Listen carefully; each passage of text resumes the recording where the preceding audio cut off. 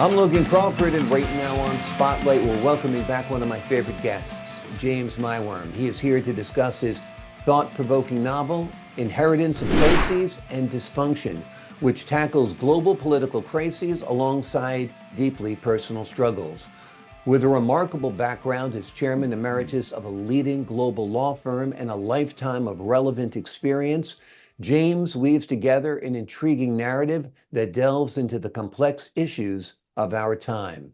We're delighted to have this very talented author join us here today on Spotlight. We thank the team at Prime 7 Media for helping us put him in the spotlight today, and we ask viewers like you to support authors like him by subscribing to our channel and by purchasing his amazing book. The links are below this interview. James, great to see you here today on Spotlight. Well, I'm really glad to be back, Logan. Good to see you, and glad to be able to chat with your audience.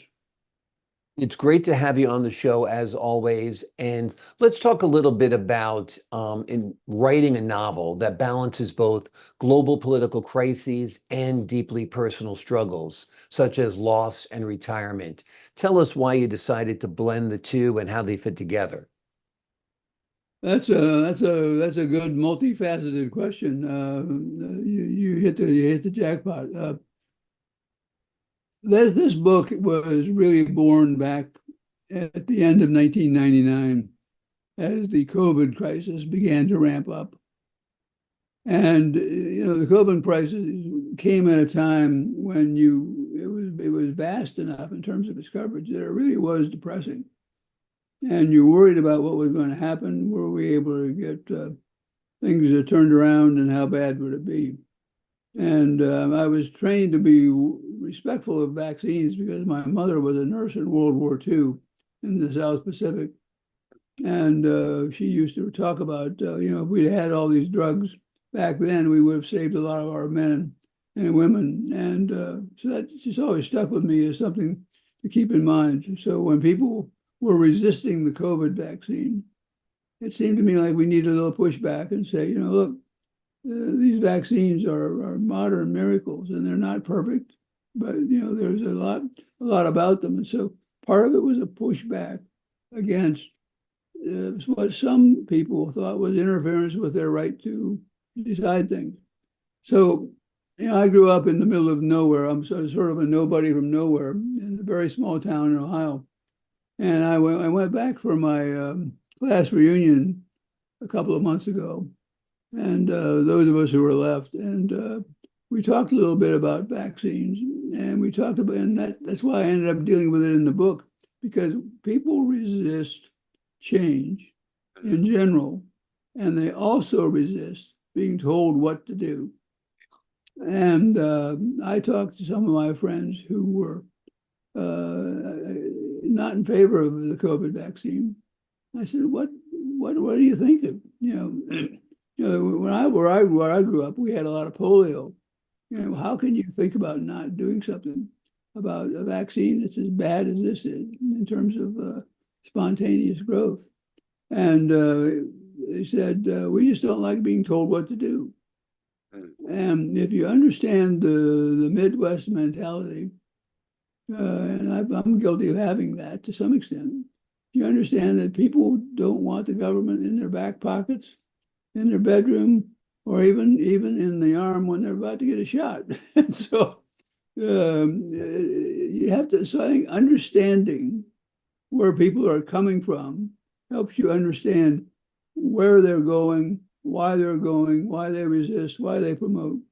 And I think it's a good lesson. And so part of it was my reaction to COVID and my reaction to some of the things that happened in response, which were really hard to believe. Or, well, maybe put it better, hard to understand. Hard to believe is one thing, hard to understand is another. And so part of it was trying to deal with the COVID crisis mentally.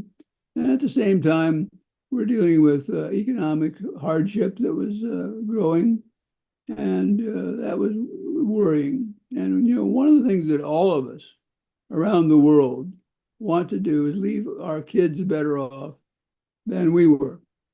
And I grew up, we didn't live lavishly, but we did well. But trying to get today's children into a stream of an arc, I guess an arc that gets them to where you want them to be is hard these days. And today, for example, kids in their 20s and 30s have a real hard time affording housing. And so that's going to be a problem for some period of time. But so some of the resistance to the economic news and the economic policies reflect the fact, again, where are people coming from? They're coming from a place that involves a lot of inflation by some standards. It involves a difficulty, buying a home. It involves difficulty doing some other things that they would like to do. And so what I was looking at is all of these, and then of course there's Ukraine. What could you, what else to say about, what a dangerous, disastrous situation that is.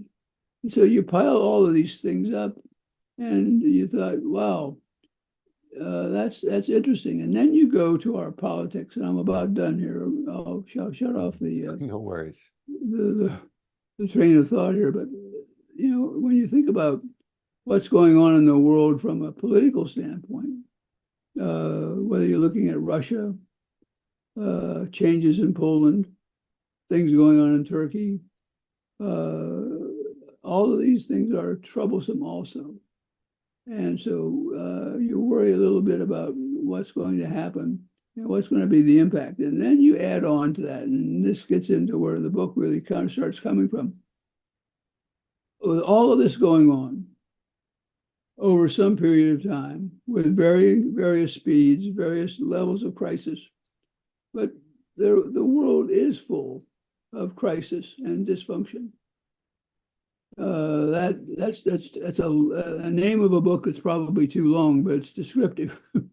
And it's interesting that hasn't gone away.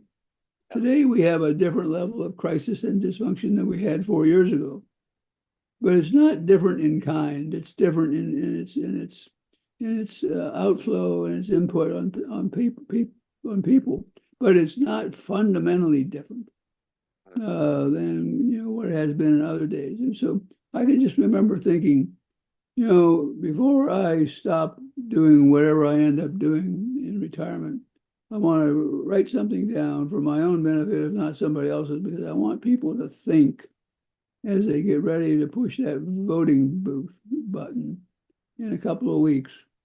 I want them to think about what's good, bad, or ugly about what's going on. And what they think is going to be different than what I think in many cases. But as long as they think, they try to take into account all of the various factors that come into play and understand that it's a difficult situation. And then you also, from our standpoint, you have to, I think, also look at people where they're coming from. And where they're coming from and their fears and their concerns get reflected in what happens on a day-to-day basis. Yeah. And so all of that stuff sort of forced me into thinking I would write the book. I quit once. I threw it in the closet and said, "Yeah, I'm not going to deal with it." Right. But I got back to it, and I'm really happy that it's going to be available more publicly now. Yeah, well, we're glad you did keep on working on the book. I think what's unique about our times is a relatively new phenomenon, and that's distrust of the media. I mean, I can't think of a time in modern history where journalists have been less trusted. I think, Walter Cronkite, David Brinkley, and that ilk tried their best to give you the crossroads of America to their as honest as they could be. Today, you have advocacy journalism with Fox on the left, CNN, MSNBC, and everybody else on the right. I think I mixed it up. Fox on the right and MSNBC on the left. And people don't know what to believe. All they hear is partisan viewpoints, right? Isn't that a remarkable development? That's a very good point. It's a point that I think affects us in significant ways on a day-to-day basis. Because if you've got people out there whose opinions are being formed by advocates as opposed to information givers. Those are much different functions.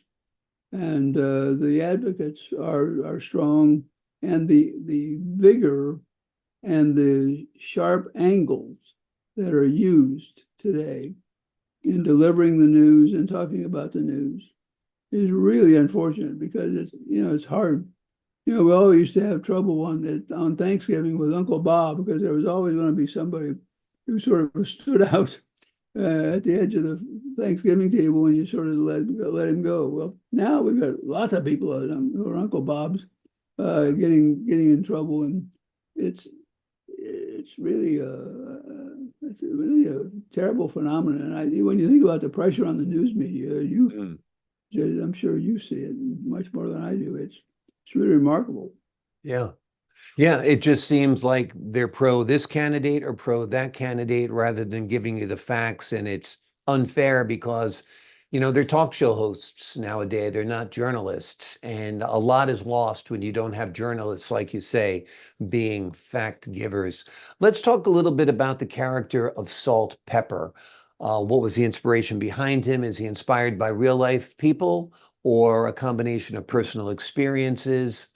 Tell us a little bit about your protagonist. The protagonist, Salt Pepper, came from a variety of sources, but some of it was my Midwest bringing up. Some of it was experience that I have had overseas in my law practice and in my days of trying to run a law firm, which is a book in and of itself. So you got all of these factors coming in, and Salt Pepper sort of personifies, I think, what I was trying to do was use him as a fulcrum of sorts to try to get the varying information slices, around him, in him, on him, and sort of watch how he takes it. And he's supposed to be an honest broker in this book, and an honest broker is somebody in this context who listens, who thinks, and who does what he thinks is the right thing, regardless of the personal consequence. But the key thing here, I think, is listening and not yelling, and thinking and not going blank.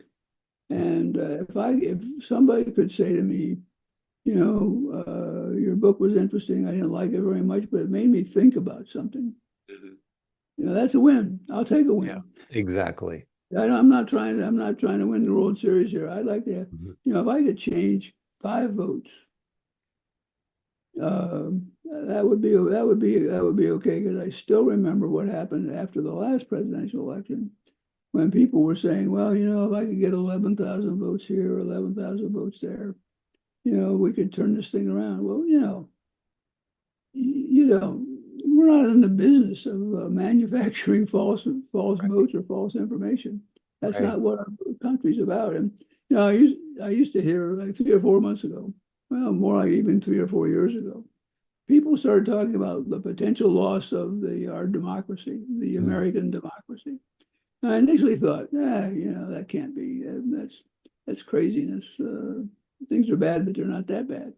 Well, about the first quarter of last year, I came around to the view that maybe they were right, and that was also sort of an austere manner of thinking about the need for lots of response, listening, talking, and trying to bring people along into what I call the middle. Not exactly exciting, but concept, and it's not new. But if we could just get everybody in the middle, and if you think of it as a football field, and you just got everybody from the 20-yard line, into the 35-yard line, that would be enough to change our world, because there's probably 800 precincts in the country that are going to make a difference in a presidential election. It's crazy. Yeah. But so the book, one of the things the book does, for example, in connection with that, is we go into a little bit of an explanation of what happened at the time of the Constitution's formation, why we have this college electoral system, And so the book talks a little bit about that, not to be cute or non-interesting, but because it's part of the background, the firmament that some things in the Constitution, which are not such hot ideas, got in there for reasons that were, akin to what was going on around those people at that time. Yeah.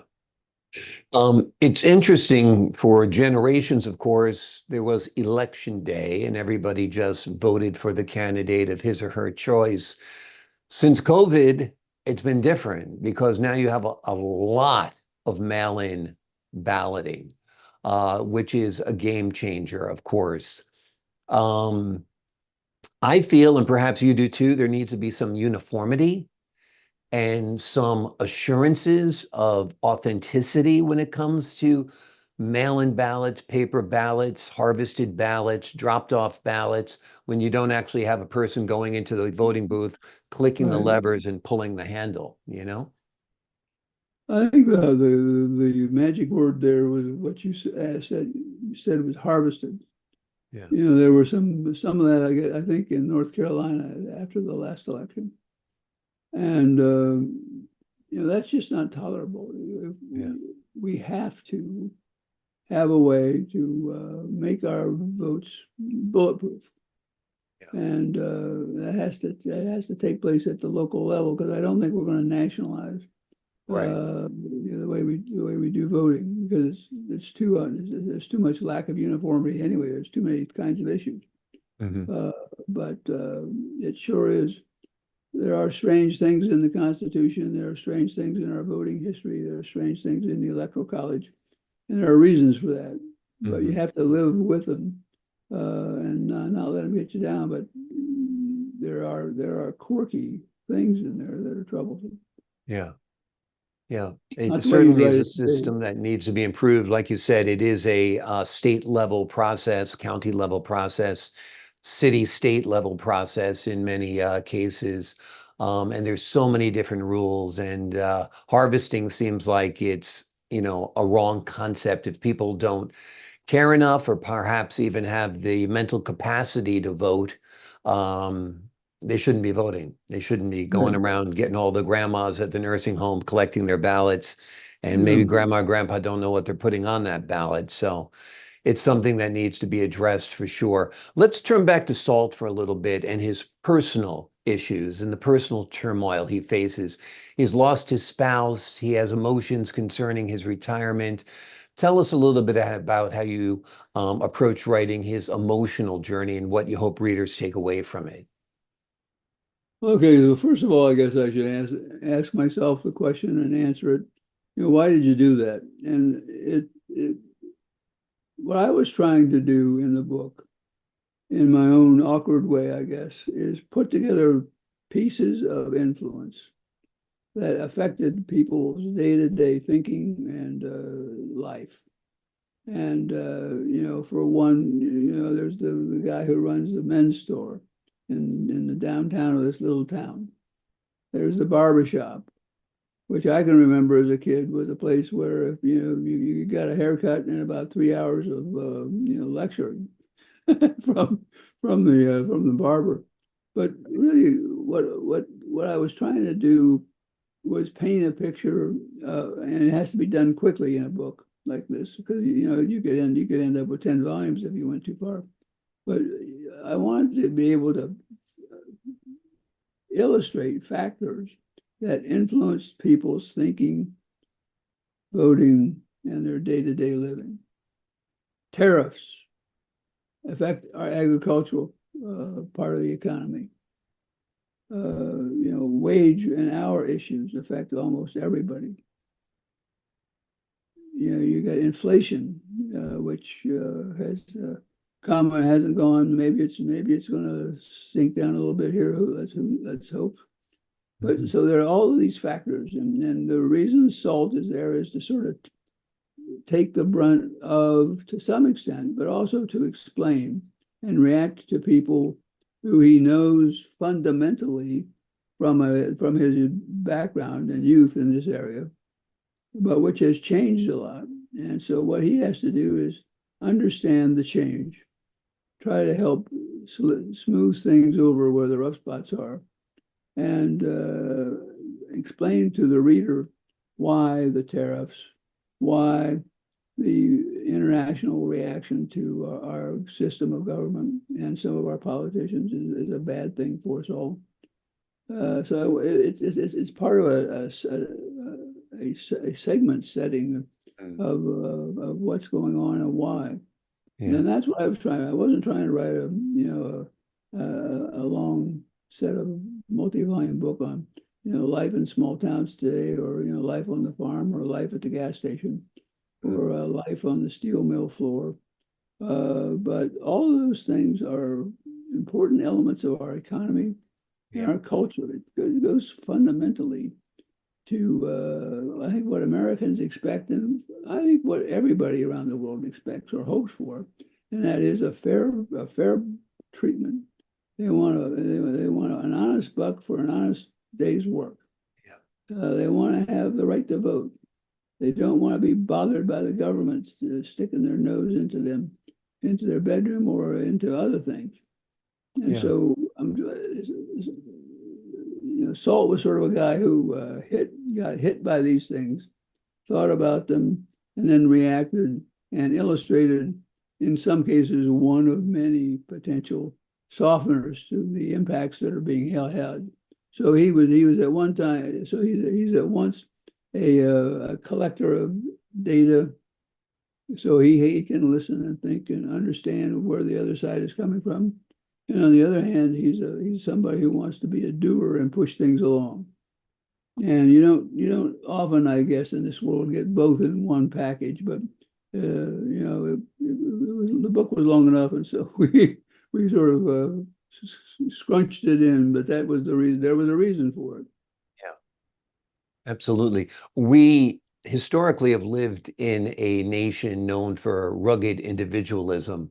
Salt is that guy, don't you think? And I think America is still a land of rugged individuals, don't you think? I do, and I think we want to keep it that way within limits. I mean, I don't, the guys who were on the Capitol steps on January 6th, they were rugged individualists, but that's a little extreme. Right. But I do think you want, in the world, we have lots of followers. What we want people to do is think about what that implies and how messy that can get. And if we had followers in the sense of people who would think about it and try to do the right thing and grab a few people to bring them along, that would be a good thing. So we need, it's hard to have followers without having leaders. And leaders are sometimes in short supply. And leaders who have integrity and sense to them and are worried about the right things on a day-to-day basis, those are even in further short supply. Exactly. And Rarities, as a matter of fact. Maybe we can. Maybe what we need is a new baby boon of thinkers. Maybe it's a good thing we're having. You sell these books at book fairs. Who do you want to be thinking about these issues? It's people who read books. Yeah. Absolutely. Absolutely. Tell us how your impressive background as chairman emeritus of a global law firm and other positions as well, have influenced the themes and the narratives in your book. Well, that's a good question. Thank you. They've had a dramatic impact because as I said earlier, I grew up in the middle of nowhere. My wife, we got married after college, but she grew up from the same nowhere. She was much smarter and impressive than I am, but she's a social worker, and so she picks up things in a positive way. But I think the impact of SALT was dramatic in my mind because I did need this vehicle to sort of pull people in and through the various issues. And I think SALT was a character with a purpose. The book has a mission and it has a message. And there was an extent to which Salt was the determiner of the mission and the message, and also the giver of Yeah. the message. And he showed some leadership. And, he ended up doing things that were somewhat unique and probably not very practical. But again, we were illustrating concepts that made people think. If people would just think for 2 pages and smile once, that's a win. In my world, in that book, it didn't have a purpose to make everybody happy. It had a purpose of a little bit of education, a little bit of fun, and a little bit of interest. And he was intended to be somebody who thought about things, tried to be fair, and he was going through this post loss of his wife, which I think would affect anybody. I think, whenever you suffer a death in the family like that, you're going to feel it, and it has an impact. And the question is, what are you going to do with it? Yeah. If you're on the receiving end, and my wife, who was a grief counselor for years and years, who could tell you better about this than I can, but that impact is dramatic, and you have to recognize that people like that are under a lot of stress. Yeah. And putting him in a high challenging position was a risk. And somebody decided to bet on him. And they bet on him because he had judgment. Yeah. Not because he was running around burning things. Yeah. Absolutely. How do you see the role of literature in discussing and dissecting contemporary global issues? Um, I've actually thought a little bit about that. And one of the things I decided not to do was try to go too far. I hate to say it, but I'm not Bob Woodward. And I'm not Cronkite, and I'm not Eric Sevareid, or all those people that now we're beyond anybody who's in the room who still remembers them. But I just think all of that which is going on internationally is I think it's tremendously stressful if you can actually get yourself let yourself get down about it, and that's why I think it's important to do something. And that was sort of what I was trying to do, was get some relief in the form of saying, well, at least I've tried to bring people along a path and not force them into any particular vein, but try to get them into a position where they're thinking about things and recognizing that there are things they can do. And Salt is not an ordinary person, but he's not extraordinary either. But he's trusted. He's smart and he's trusted. And smart and trusted and having good judgment is a pretty good set of skills. And trying to illustrate that was another part of what was going on. So the book is really pretty multifaceted. I mean, if you try to diagram the book, it takes you all over a piece of paper. But we had a lot of goals. We were maybe too ambitious, but I felt like it was important. I had some things I wanted to say, I wanted people to do, and I wanted people to think. And I recognize I'm not going to accomplish great things in the world, but all I want to do is get people thinking. And, Absolutely. And I think Salt is a wonderful character. He's a retired professional drawn back into a clandestine role. Um, Tell us why you feel his reemergence after retiring, when people are thinking about, just focusing on their own life and the years they have left, he decided to take an active stance. well, part of it was there's several reasons I think why he decided to be active. One is that he lost his wife, and he was looking for something to fill up what he was ultimately concerned about in terms of having empty space in his life.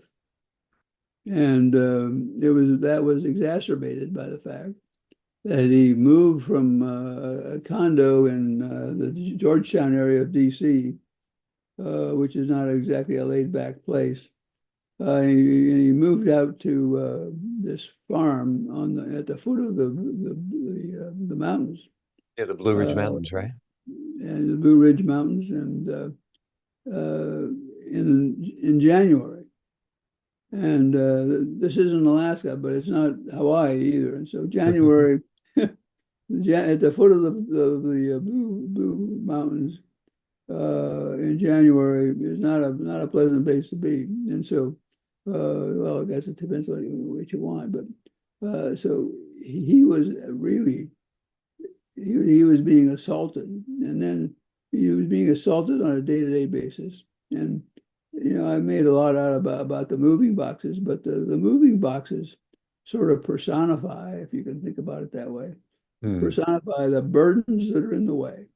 Because the damn moving boxes are just things that keep coming back. They don't go away. You have to deal with them. And it's a lot like this grief and the other things that are affecting him. And, part of it is some of that coming together. And then I guess the way I think about it, and there's a little bit of a personal touch on this one, is, you want, again, to have a positive impact, but you realize that when you're thrust into leadership, like Salt was, and Salt was not a volunteer, he got dragged. But when you're in that position, you every once in a while you have to stand up and remember that in some senses you're out there naked, and you're gonna scratch and fight for people trying to come around to a rational way of thinking about tough issues. Yeah. And I think about people just think you're nuts. Yeah. Well, real people don't think you're nuts. And, consistent with what you said earlier, my experience is that people around the world are almost all fundamentally similar. And that goes from the cab driver in Hong Kong who 15 years ago spoke English. Sorry about that. Oh, no worries. 15 years ago spoke English and today speaks Chinese. Yeah. Yeah.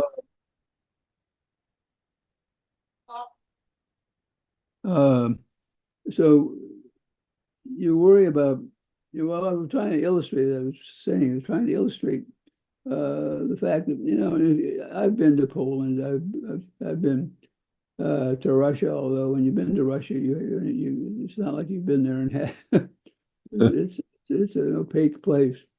But Australia, China, Canada, not so much South America, but fundamentally, if you get beyond the surface, people are all the same. They're rational for the most. Now, guys who are going off trying to shoot Trump are not rational, but right. That's a real embarrassment. And it's terrible. Yeah. But the people who I have met around the world are very similar. And once you get beyond a certain, a little bit deeper into, not fully into the core, but at least out, into the surface. Yeah. And I think it's remarkable. I mean, I was always surprised, and if you look at what's going on around the world right now, let's take Germany as an example. And I'm not an expert on German, even though my last name is German. I guess if you put it nicely, you could call that German. The German people have a coalition government, and so they don't have 2 or 3 parties; they got like 20 parties, and so it's even hard to round up all of the cattle when they go to the vote. But they just took a swing to the right on the political scale. That's interesting because you need to see how that fits into the swell of history, because for a long time, Germany was concerned about its history, and one of the things I learned relatively early on, for example, was the Europeans have a real passion for privacy. They are ultra conservative about maintaining privacy. Well, the reason for that is, at least in significant part, that Hitler used access to public data to carry out some of what he was doing. Mm. uh, before the war broke out. And so people in Europe remember that, even though most of them didn't experience it firsthand. But that's a fundamental thing that you need to understand about Europeans, and they're all great people. There's nothing negative about that. But what we're trying to say is, I get where they're coming from.